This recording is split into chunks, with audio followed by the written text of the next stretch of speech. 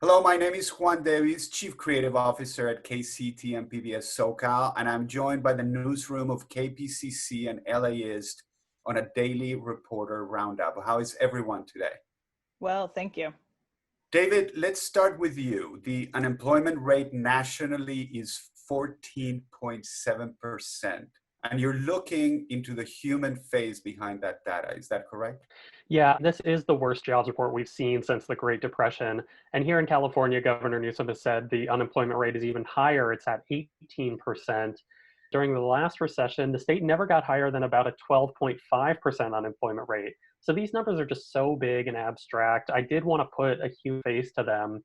And I noticed that one of the big declines in today's report was in the entertainment industry. So I talked to a woman who co-owns a recording studio in North Hollywood.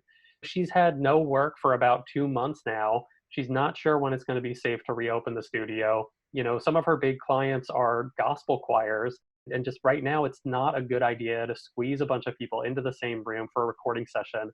So, I think economists hope when they look at these high unemployment numbers that they're really just temporary job losses, that those high unemployment rates will start to come down when people can safely return to their jobs. But in just so many different industries, there's a lot of uncertainty about getting people back to work.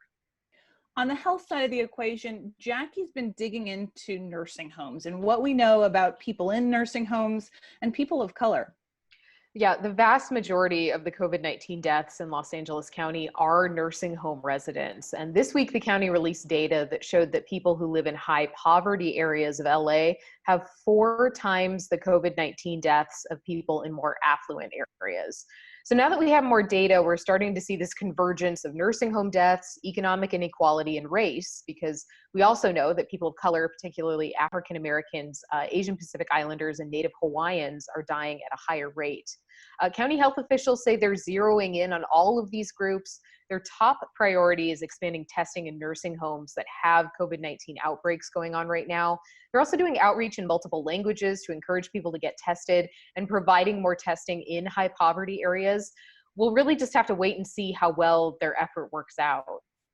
Josie's been looking really closely at Filipino nurses who make up a big part of the nursing population here. Right. Actually, they're at least a fifth of California's nurses, and many are American-born, but even more are coming from the Philippines and have been coming since the 1960s. Because of those high numbers, we're starting to hear about the impact of COVID-19 on them. There was just a vigil this week for a Filipino nurse who died after treating patients at Hollywood Presbyterian. I also spoke to a couple Filipino-American nurses who've gotten COVID. One was so sick, he was placed in a coma and connected to a ventilator for 10 days. Another nurse I talked to advocated for more protective equipment for her fellow nurses, even as she was quarantining at home from COVID by herself. In the story, I also get into why there are so many Filipino nurses in California to begin with, and why some of them say they're uniquely prepared for the pandemic we're facing right now. Finally, it's Mother's Day this weekend, and Eric's been teaching his mom how to use tech. Yeah, I wouldn't even say that I've been teaching her. She's just been using it and then coming to me for help when she can't figure it out.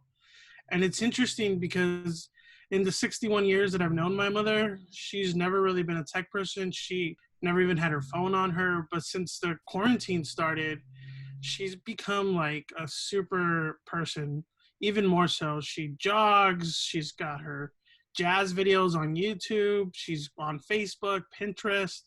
She's recreating meals from restaurants just to show she can do it better. Like, my mom is, to me, like the epitome of like the flexibility of humanity.